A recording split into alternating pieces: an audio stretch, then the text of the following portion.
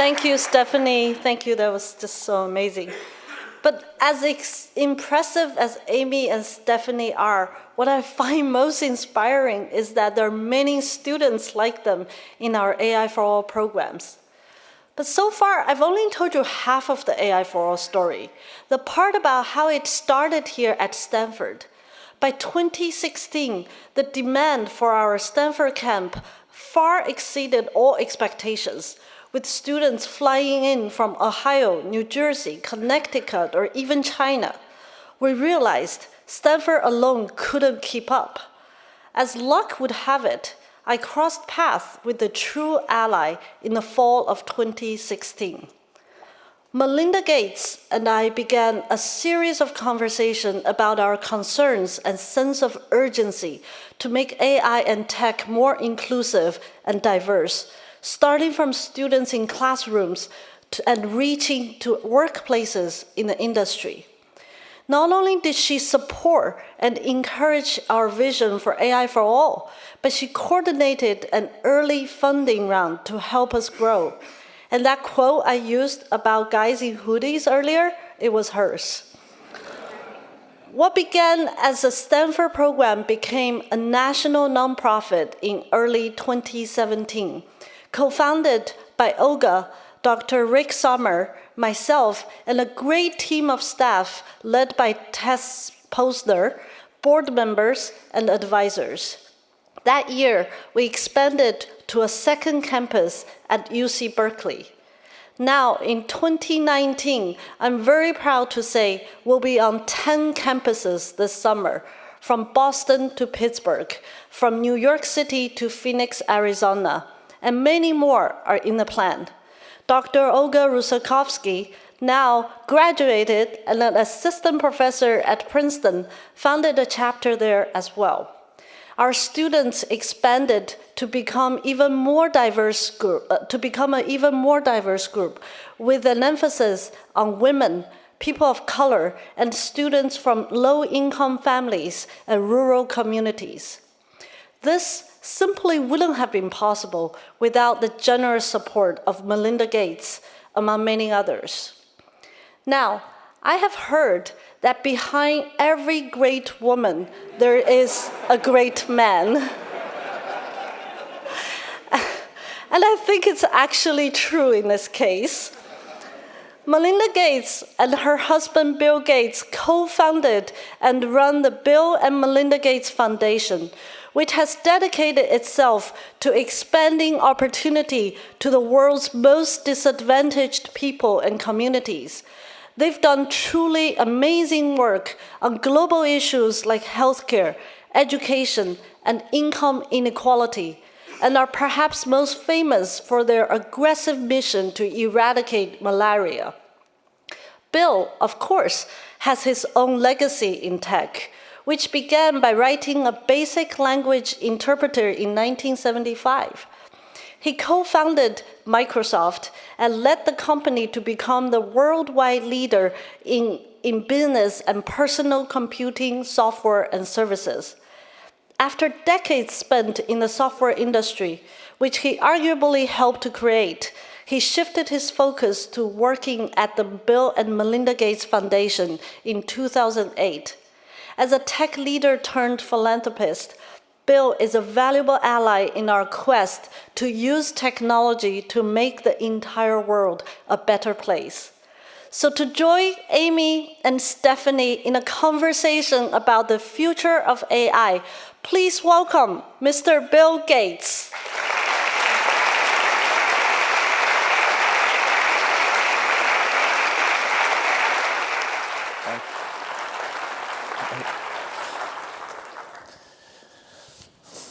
Thank you so much for joining us today, Mr. Gates. I guess just to jump right in, to start off on a positive note, what excites you about AI and its potential to benefit humanity? Well, there's so many things that are deeply mysterious. The ones that I get to focus on have to do with health in developing countries. 95% of the children who die under the age of 5 are in these countries where we have almost no doctors and we don't have the skills to bring the kind of interventions that we take for granted here. So the idea that we can take AI and understand, for example, why prematurity rates are so high, and understand the nutritional deficits that take place. Of the kids in these very poor countries, up to 20% of them die before the age of 5, and 40% of the remainder will never develop physically or mentally to their full capacity. So they are deeply malnourished during their early years, and so their ability to learn and contribute is permanently damaged. We've always known that there's various dietary influences, that the microbiome affects both the prematurity and these nutritional outcomes, but it's only with AI, including partnerships with the Mark Davis lab, immunology lab here at Stanford, that we're taking all that data and using AI to understand, okay, what is it about proteins or pathogens? And some really low-cost interventions are now emerging to help us intervene and dramatically reduce prematurity in this malnutrition. So it's when I see it applied to something that without AI, it's just too complex. We never would have seen how that system works, that I feel like, wow, that is a very good thing. Moreover, what are some actionable items one can take to ensure the responsible and ethical development of human-centered AI?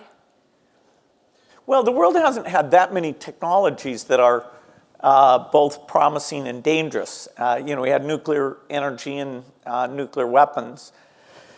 And so far, so good, although memories seem to be fading on that, and recent behavior certainly is deeply concerning on that front. With AI, the power of it is so incredible that it will change society in some very deep ways. So it's great that Stanford's stepping up. One of the early pictures in there was actually of Shaky the robot over at SRI. And I was 13 years old when I saw that video of Shaky. And it's funny to think how over-optimistic we were. Like, oh, okay, Shaky is stacking up the blocks. Now, let's get it out in the factory tomorrow. And this is going to be really easy to solve these problems. And so for a long time, AI, when I started Microsoft, I literally wrote a note to my parents, and I said, okay, I may miss a bunch of breakthroughs in AI, and that'll be what I give up to create this company, but oh well. Well, for about 20 years, I didn't miss much. More recently, there's amazing things going on, and fortunately, Microsoft has gotten to a size that it, along with Google and many others, gets to participate. But the fact that the technology is moving so quickly and the policies and understanding around it, even something just as simple as, okay, face recognition, what sort of awareness and use case should there be for that? Even that, and these are not issues that confine themselves to nation-state boundaries in a simple way like a lot of previous technologies. So it is concerning that someday Stanford wouldn't want to brag about how it was a pioneer in AI, unless we do a good job managing it. Yeah, I guess along the same lines, as we see that problems are becoming more and more complex and require collaboration across disciplines, how would you encourage this cross-disciplinary collaboration that is central to the development of human-centered AI? Well, there are potential collaborations. Another area our foundation works in a lot is the U.S. education system. And there, the very basic questions about why are some teachers so good, why are some students not very well motivated, and other students are very well motivated. Unfortunately, with deep correlations with socioeconomic factors, we are really at the very beginning of that. The state of the art is such that everything we've learned about education in the last 100 years, you could not say that the best teacher, the most inspirational, excellent teacher lived 100 years ago. That's how much we've learned about education. Now, doctors, it's a little better. You wouldn't say that the best, cancer doctor or eye doctor was one that somebody went to 100 years. In the case of the US, the dropout rates have not improved. The overall academic achievement has not improved, even as we've doubled the percentage of GDP that goes into the field. So the opportunity here to take and get out of endless debates, but to really look into, okay, what are those good teachers doing? What is the nature of that motivation? Which interventions can really change that? That would be a very profound thing.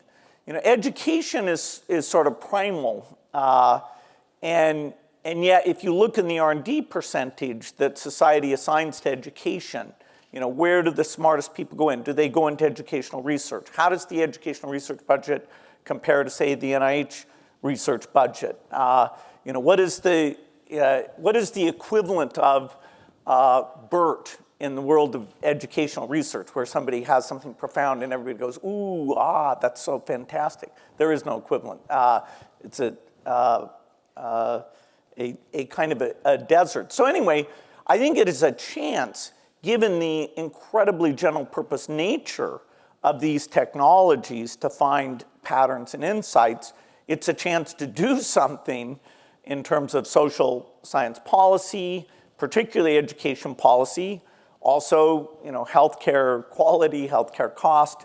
It's a chance to take systems that are inherently complex in nature and that just individuals kind of trying to troll through the data can only find weird correlations, like, okay, Minneapolis spends half as much as Texas, but okay, how do you intervene? What is the next step? Or kids growing up in a certain location seem to do better income and race independent than other locations. That's the kind of thing a human might spot, but these systems should help us look not just at correlation, but try interventions and see causation as well. So, it's a chance to supercharge the social sciences, with the most important by far being education itself. On a different note, what do you think are some of the biggest problems that artificial intelligence can uniquely solve? Well, if something is complex enough, like you take the microbiome, that's billions of data points. Even the subspecies matter a great deal, we've proven recently, not just macro statistics like diversity or lactobacillus or something, but you really have to get down and look at those gene profiles. We have this incredible result that if you give kids in some countries once a year an antibiotic that costs 2 cents called azithromycin, you save 100,000 lives. And in a sense, it makes no sense because you can't, that antibiotic is disappearing from their system within a few days.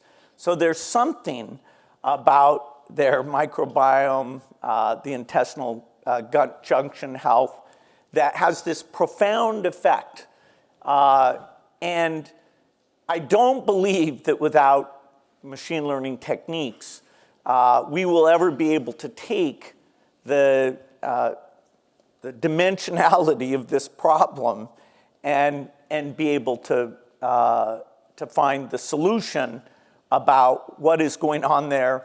And once we understand it, of course, we'd like to magnify that effect and avoid using a broad-spectrum antibiotic, which has resistance type effects at all. So many complex problems and many very complex data sets, only with these techniques that are, in a sense, pattern recognition techniques.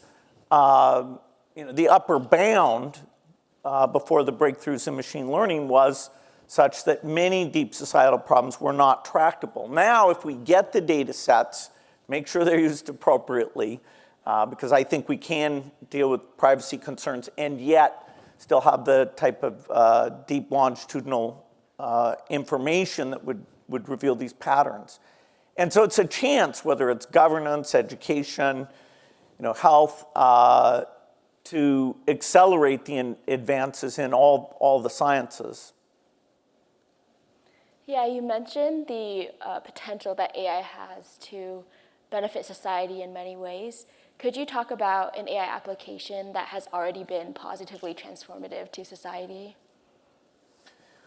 Well, I wouldn't say there are that many. Certainly the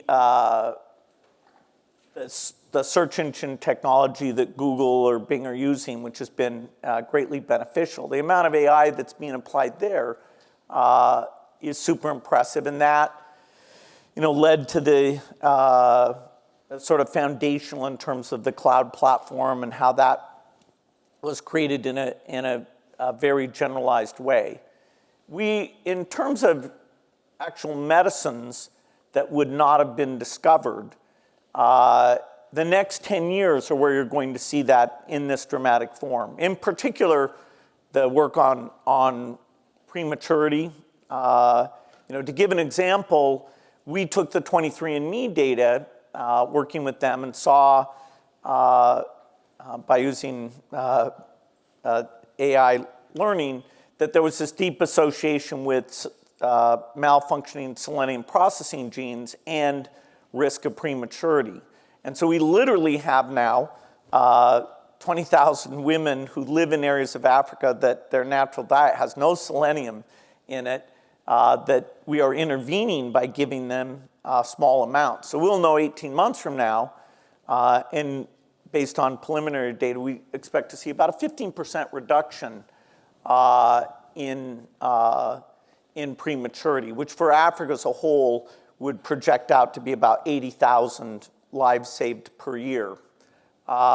Which always, when you show one picture in one life, it's more dramatic than tens of thousands. So I think it's the current set of things. The deep machine learning didn't really get into the drug discovery process or what had been called systems biology until quite recently. And in the case of education, it is not yet, we have not even begun to do that work in terms of understanding motivation and engagement and teaching styles and teaching assistance that would really improve the output of the system, i.e.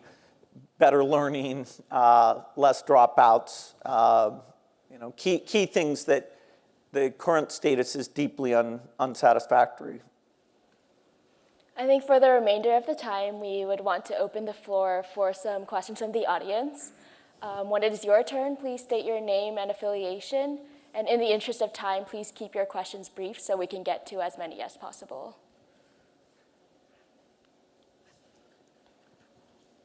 I think we have one up front. Hi, I'm Kumadev Chatterjee. I'm the founder of Unmanned Life, where we're trying to use human-centered AI to do autonomous systems.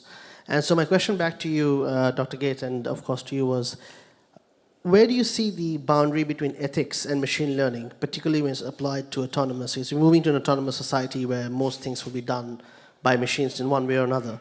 So where is the boundary there between the ethics and the machine learning and the data sets that we're getting?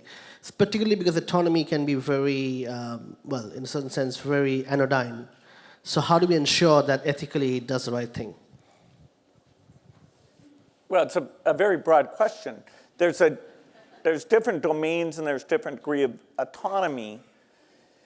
The book Army of None talks about the current weapon systems that we have, like the Aegis missile firing system, that by most definitions is an autonomous system, that it is authorized to fire based on incoming targets. And there were a few cases where it accidentally shot down a commercial airliner. So even in that case where people thought it was very well bounded, it turned out to be very complex. Now then again, you don't want to be too risk averse on these things, because the idea of solving very tough problems, you always have to compare it to what the current solution is. So, if you're not going to have as many car wrecks, you might not want to set the criteria at 0. Then again, enforcing good behavior, understanding what the liability regime will be. That's probably why autonomous cars, the US in certain respects will be one of the last places in the world that you'll see very widespread use, because our sense of liability and our desire to preserve the status quo, if there's any chance that something might be, even in a framework, considered a step backwards, that's very tricky. The place that I think this is most concerning is in weapon systems. In the medical field, we just don't have doctors. Most people are born and die in Africa without coming near to a doctor. And so there are definitely things like we're doing a lot of work with analyzing ultrasound. And we can do things like sex blind the output because we're not having anybody actually see the image. We can tell you what's going on without revealing the gender, which is, of course, when you do that, it drives gender side. And yet we're doing the analysis, the medical understanding in a much deeper way. And that's an example where it's all done with a lot of machine learning. I was meeting with the guys at Google who are helping us with this morning, and there's some incredible promise in that field where in the primary healthcare system, the amount of sophistication to do diagnosis, to understand, for example, is this a high-risk pregnancy? Yes, let's escalate that person to go to the hospital level, even though you couldn't afford to do that on a widespread basis. So this stuff is going to be very domain specific. In some domains like education, I'm more worried that the privacy concerns, which are appropriate, they're good privacy concerns, but if you don't put a lot of creativity in how you have longitudinal data access while not violating privacy, you're going to default to the data sets not being there. And in the US education today, that is the default, that there isn't much information that would allow you to find positive exemplars either at the teacher or school or district level, and therefore really examine what inputs are allowing for that unusually positive performance.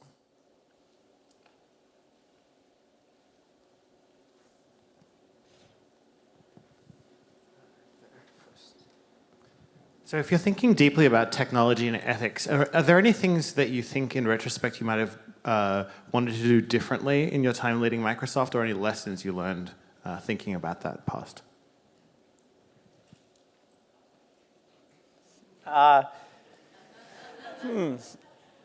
Well, certainly the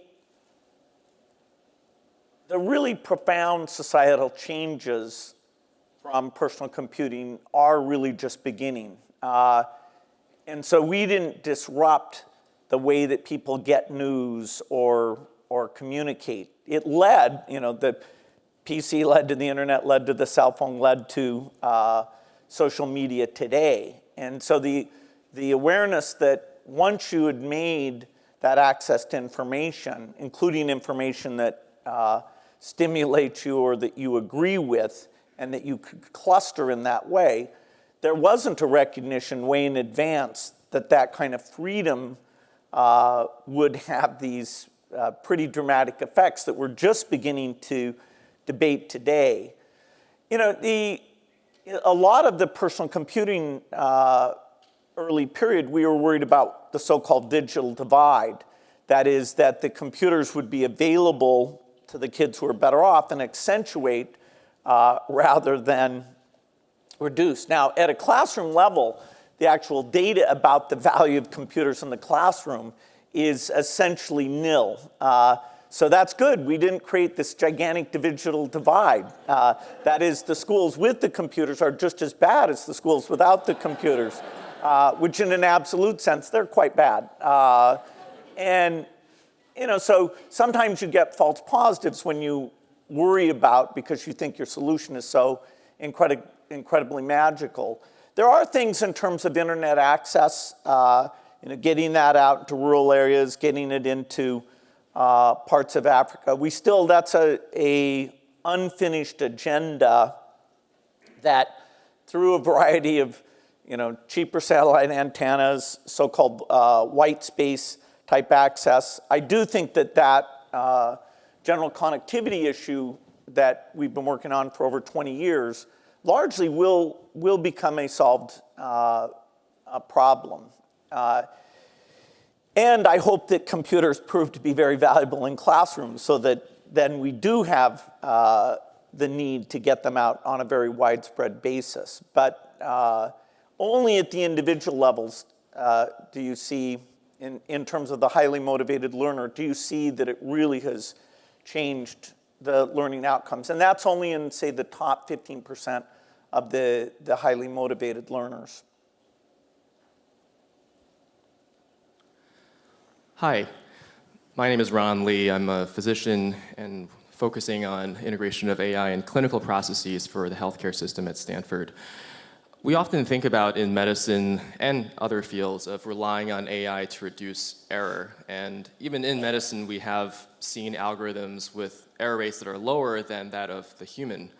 But at the same time, when an AI system makes an error, the effects on society, but also just how society perceives that error is very different than when a human makes an error. So doctors make mistakes all the time, but then when you have some AI system making that same mistake, the reaction is very different. So I wonder, how do you think about this dichotomy and its effects on how AI would progress and be accepted by society? Yeah, a good example of this is another group that the foundation funds has done work where you just use a cell phone camera to take a picture of a woman's cervix to predict whether she has cervical cancer and that you should intervene. And the results, the National Cancer Institute is very engaged in this because the results are dramatic compared to the very best humans. And of course, the typical humans, particularly as you get out into developing world settings, are either not available at all or their performance is well below the gold standard, which we were able to exceed here. And so certainly on those image recognition things, that's getting to a point of maturity, and hopefully that it will become accepted. One thing that we're going to have to build in is a feedback mechanism. That is, when the algorithm makes a mistake, the ability to take that training set and constantly improve it, because something new may come along that the original training basis wasn't good enough. And completing that circle, even in the US, that's a very difficult thing to do. When you're out in rural Africa and you don't have these electronic health records to say, okay, you tested this person, you told her she didn't have cervical cancer. Isn't it interesting that 3 years later she died of cervical cancer? Let's go back and look at those images. So you want to complete that loop. And as usual, if you have negative consequences for mistakes, it kind of discourages that completing the loop type system. There are a few cases, like in civil aviation, where the willingness to look at mistakes and apply massive resources like we're seeing today to say, okay, what went wrong here? It really is pretty mind-blowing. And of course, you have software-based elements, including the 737 MAX case. And so we through software-driven surgical tools, software-driven flight tools, software-driven weapon systems, we are accumulating a sense of understanding.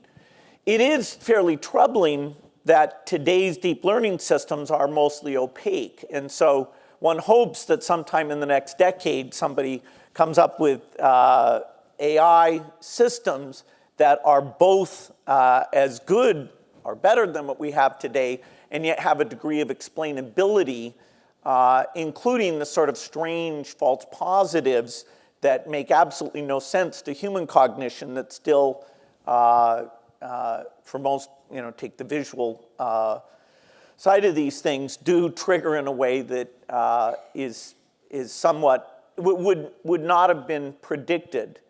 It is impressive today, the FDA is taking in diagnostic tests. There's 3 that were given the early approval, where there is this notion of dynamic improvement that will go on. And that will actually have more impact in the developing world for things like tuberculosis, malaria.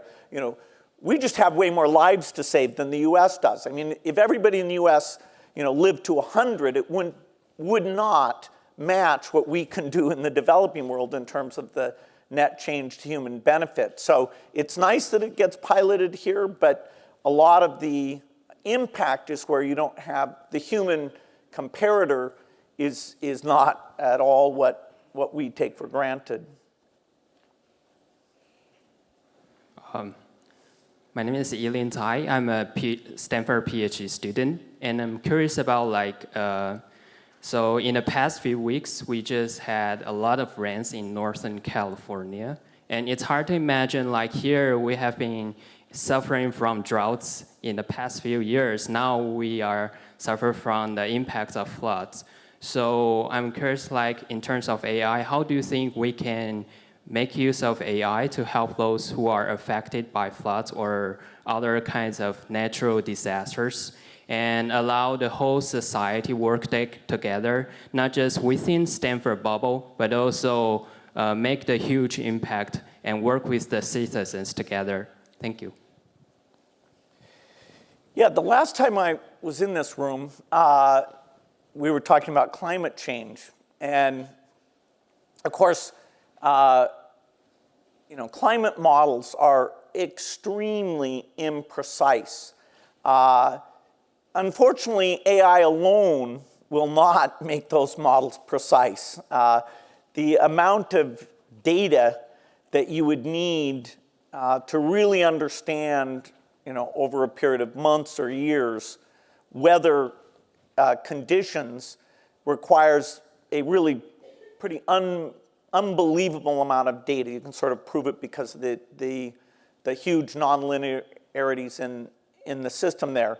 These systems can improve to some degree, and so if you can predict floods, if you can predict that, that's good. We do know that we need to make our systems more resilient because climate change, we do know, brings higher variance. And so if you're a farmer in Africa today, a subsistence farmer, which is 70% of the people who live in abject poverty, today you get about 1 out of 10 years where your crop completely fails and you need a buffer stock or government programs. It appears it'll get, by the end of the century, to about 1 year out of 4. Now, in the Western world, you have savings, you have governments with tons of money. As long as your gross productivity isn't going down substantially, then you just are able to cover that year.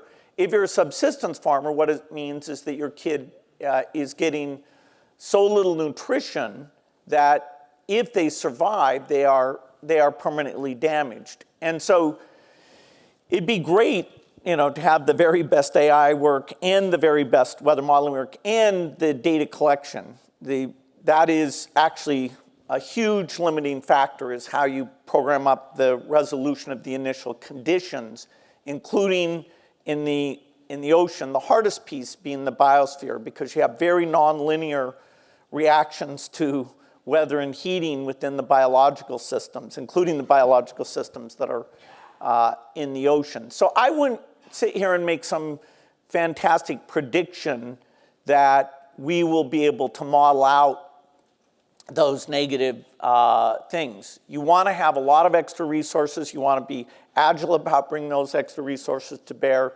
primarily in equatorial regions where you have subsistence farmers. And the world is not very good at that today. We have the World Food Program that does some of those things. But if you're your figure of merit is avoiding malnutrition when you have negative weather variants. We do a very, very bad job of it. Hi, my name is Layla. I'm a student at Stanford. Does it concern you that AI talent and innovation is concentrated in a few big tech firms and universities? And if so, how can we encourage more competition? Yeah, in a sense, when you have something that's competitive, where somebody's ahead of other people and is at the state of the art, it's not normal that you'd have lots of people who are at an identical position. So you take like designing nuclear weapons. We didn't have like lots and lots of places in the world that were the equivalent of Los Alamos. There was, we did create the competition with Lawrence Livermore Labs, but just to have a tiny bit of diversity there. And so I think you have to draw a bit of, yes, we should draw more universities in. And universities in general are motivated to think more about societal benefit than the private sector. And so it would be unfortunate if the universities fall behind. And so it's great that Stanford is putting together these initiatives. And there are even questions about access to cloud computing power that matches what the private sector has, and how we're going to make sure that Stanford and hundreds of other universities actually can run data sets.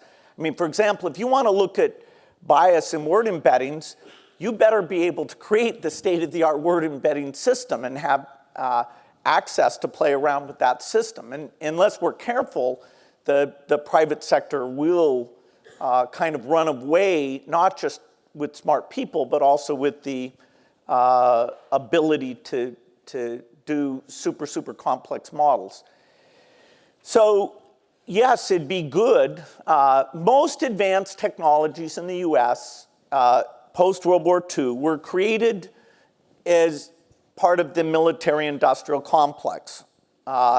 And therefore, the US, in terms of its application to weapons and sort of the government itself being involved at an early stage to think through what these things mean, it was natural that the government was seeing it partly through wearing that defense-related thinking. Now that these AI technologies are completely done by universities and private companies, with the private companies being somewhat ahead, the government just doesn't see it in the same way that they did with previous technologies. And hopefully things like your institute will bring in legislators and executive branch people, maybe even a few judges, to get up to speed on these things, because the pace and the global nature of it, and the fact that it's really outside of government hands, does make it particularly challenging. The US was in this totally unique position for most of these breakthrough technologies. And now, yes, the US is still very much the leader, but not in the same dominant way that you can be sure, say, hey, 10 years from now, will the best AI that does reading and scans the scientific literature to look for biological advances, will that be best here in the United States, or might it be in other locations? Very hard to say. And even the definition, when somebody says to me, is China ahead on AI?